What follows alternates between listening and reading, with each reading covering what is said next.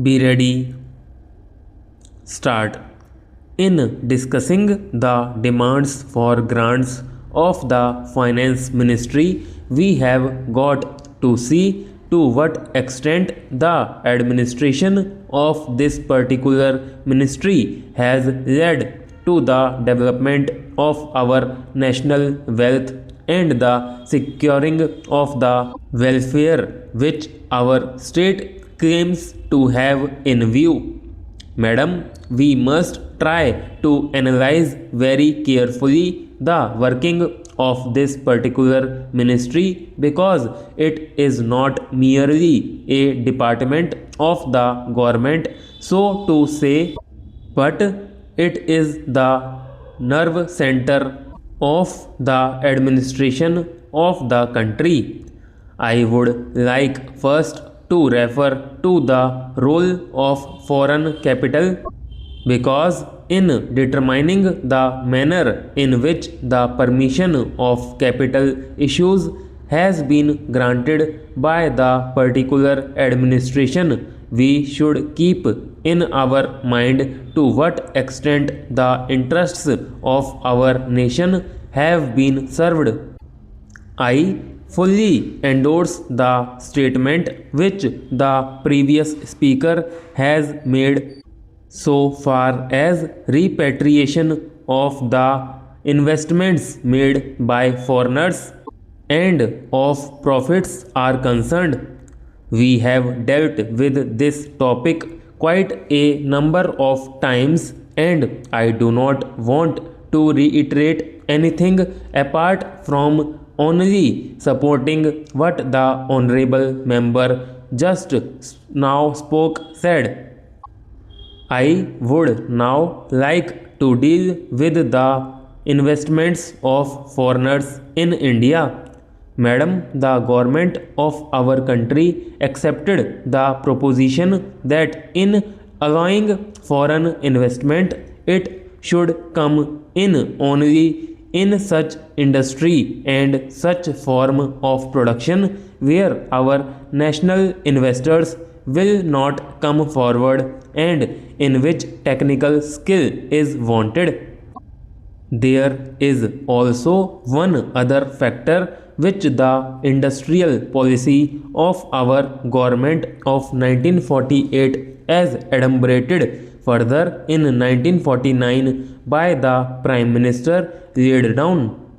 It specifically said that the control and ownership of such concessions should, as far as possible, be in the hands of Indian nationals and the technical know how of our country should be developed. I would like to emphasize the figures that have been put forward for the last few years. From 1997 till the end of 2012 or the early part of 2012, it has been reported that rupees 19,000 crores of foreign capital have been allowed to be invested in our country.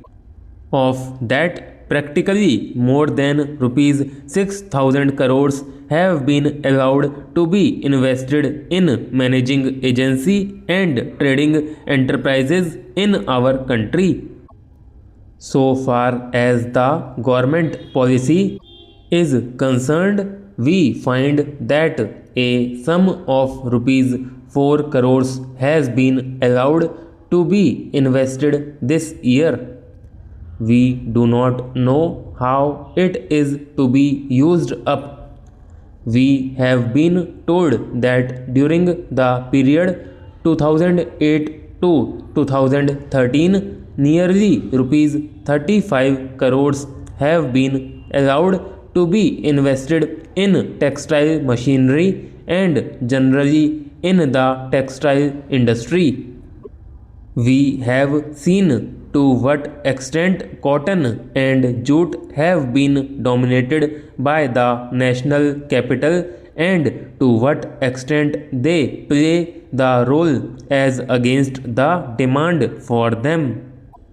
We know further what the government is doing in regard to these industries and how the Indian counterpart in these industries are behaving, then why this further penetration of foreign capital? Even in regard to the expansion scheme, we find that paints, soaps, electric fans, and machines tools are some of the industries where the government has allowed foreign interest to establish or expand their factories. It will adversely compete with the production of the country when the indigenous producers do not find any market in this sphere. Therefore, we have got to see to what extent the capital issue has been regulated by this government and particularly by the finance department so that the national well being of the country could be guaranteed. Then we have got to look into the fact as to how far the new industries are allowed to function. So far as the oil refineries are concerned, some of them have been established and some more are going to be established very soon. In the control of the administration, the Indians have no share. There are only preference shareholders and they have no voice in the management. So far as the administrative aspect of this industry is concerned, the most important part of it is the technical know how. They do not guarantee that they will train the Indians.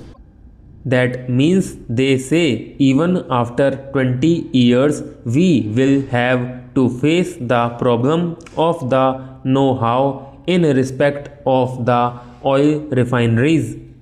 I do not know why the government are showing softness to foreigners in this matter. Then we have another investment in collaboration with the Indian chemical industries for the manufacture of civil explosives. Here, as far as I have gathered, only 20% is going to Indian capital. The majority of the shares will remain with the Indian chemical industries. Nobody else has been allowed to make any investment.